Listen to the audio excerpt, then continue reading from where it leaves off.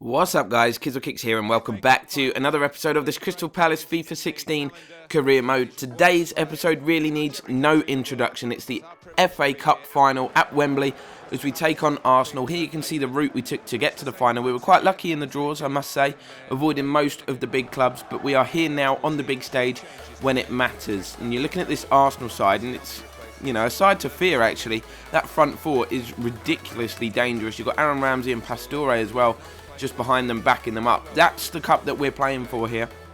Obviously the trophy itself. We're playing a 4-1-4-1 formation. Good news is that Coquelin is fit again, as well as Grimaldo, so they will feature.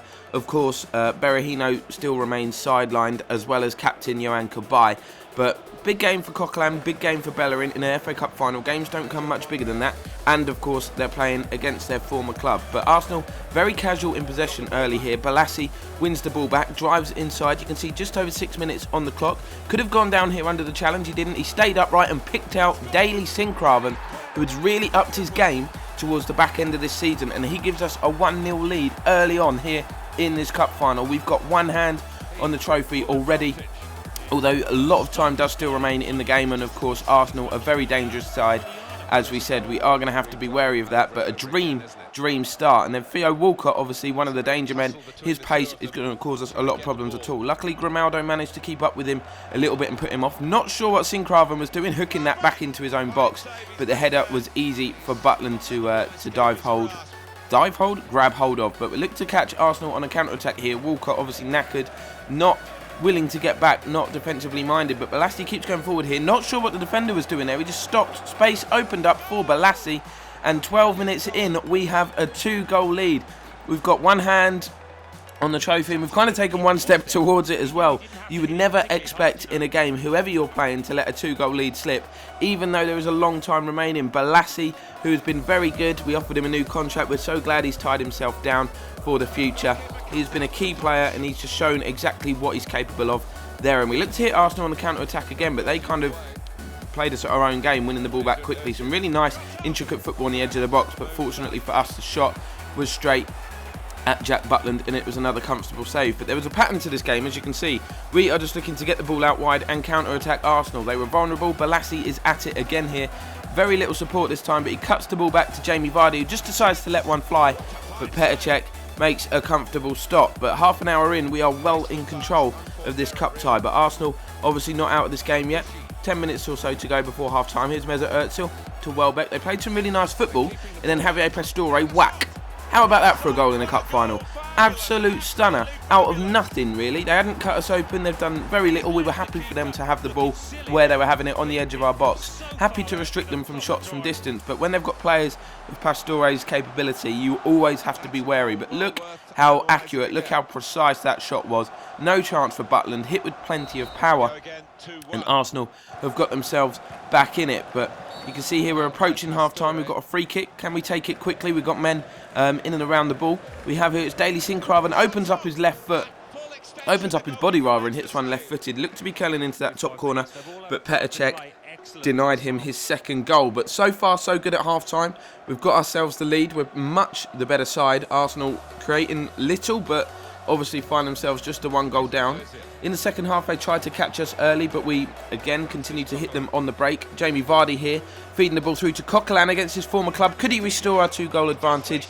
Unfortunately not. It was a good save from that man, Petr Cech, but the resulting corner coming in here from Sincraven.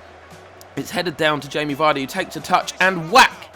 Whatever you can do, Pastore, Jamie Vardy can do better. That is one of the best goals I've scored in terms of technique on FIFA in the whole time that I've been playing it. Jamie Vardy comes up when it matters most on the big stage. He's not had anywhere near as good a season as he did last year, but look at the technique on that. Just takes a touch, it sits up nicely, he leans back, but somehow manages to keep his body over the ball at the same time. And to beat Petr Cech with a strike like that, you know you're doing something right. There's backspin on there.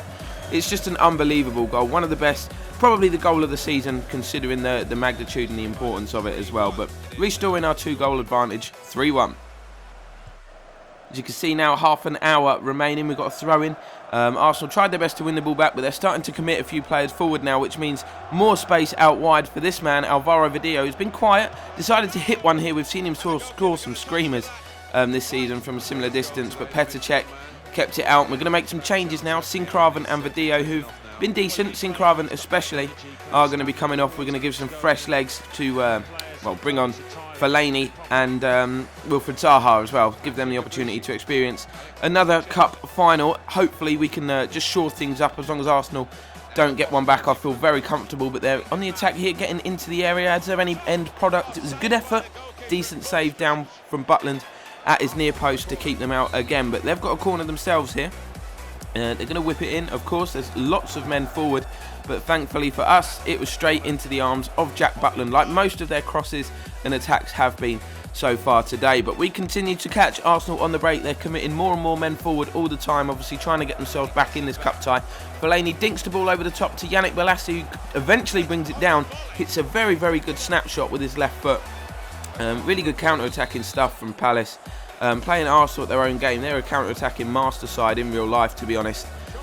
We played this game perfectly in terms of tactics, but they're continuing to come forward. They're not out of it yet. 2 minutes to go, but as you can see, once again, the attack and the cross disappointing straight into the arms of Jack Butland, and again out wide we hit them on the counter. Wilfried Zaha skipping past his man. Of course, he's got fresh legs, plays a lovely 1-2 with Coquelin. There's Fellaini in the middle, Vardy's in the middle, puts the cross in here and very nearly scores by mistake. That was supposed to be a cross onto the head of Fellaini, but instead it came back off the crossbar and very nearly caught Petr Cech out. But there goes the final whistle. We have done a domestic cup double. Once again, Wembley is a happy hunting ground for us. Arsenal 1, Crystal Palace 3, and I'm quite shocked actually that Arsenal didn't up their game for this one. They were poor.